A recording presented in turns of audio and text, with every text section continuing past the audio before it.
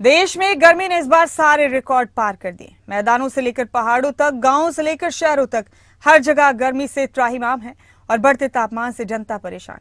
हालात यह है कि अब भीषण गर्मी से कई लोगों की मौत भी होने लगी है। लगभग हर दिन कई जगह से लोगों की मौत की खबर आती है। ऐसे में हालात कब सुधरेंगे, ये सबसे बड़ा सवाल है। एक रिपोर्ट देखिए।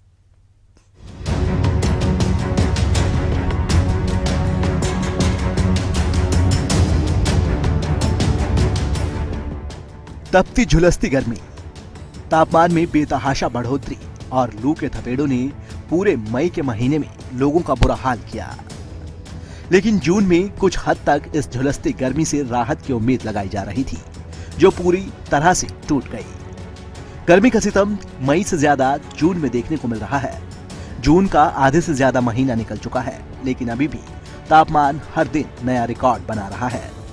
दिल्ली से लेकर यूपी, बिहार, पंजाब, हरियाणा, हिमाचल और उत्तराखंड तक हर जगह उमस और लू के थपेड़ों से लोगों की जान पर आफत बन गई है। आलम यह है कि आधा देश गर्मी की प्रचंड मार झेल रहा है और इस गर्मी से अब तक सैकड़ों लोगों की मौत भी हो चुकी है।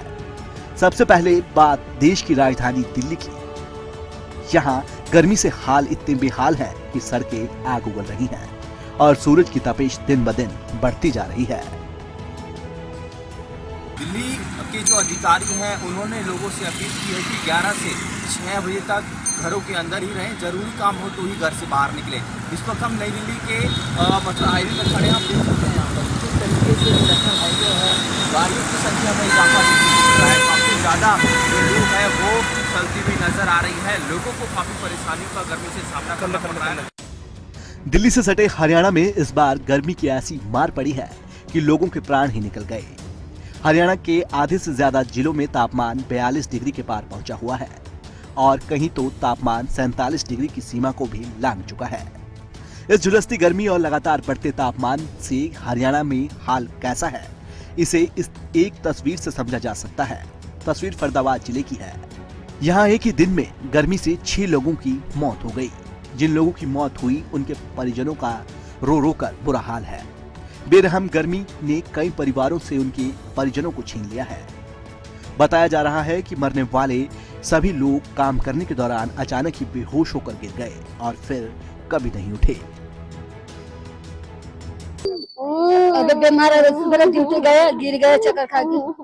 अच्छा, गिर गए चक्कर खा के? कंपनी से आए, कई गिर गए। कौन सी वो कंपनी में है साथ में। मैंने खुद ने काफी कोशिश करी, इसकी छाती को दबाया है, मुंह में उंगली दी है, ऑक्सीजन देने की कोशिश करी है और ऑटो में लेके जल्दी से इसे हॉस्पिटल में आए। हॉस्पिटल में आके डॉक्टरों ने इसको मृत घोषित कर। कह रहे हैं कि सुबह कंपनी में गया था, उसके बाद इसको कोई चक्कर वगैरह आया, चक्कर खा के ये गिर गया वहाँ साइड में। गर्मी के कारण मृत्यु हुई है? हाँ, हो सकता है, क्लियर नहीं बता सकता, मुझे तो नहीं पता इस बारे में।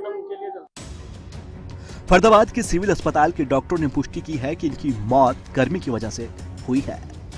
इतना ही नहीं, गर्मी से फरीदाबाद के अस्पतालों में मरीजों की संख्या बढ़ गई है। हालात यहां तक बिगड़ गए हैं कि अब तक एक ही बेड पर 2-2 मरीजों का इलाज करना पड़ रहा है।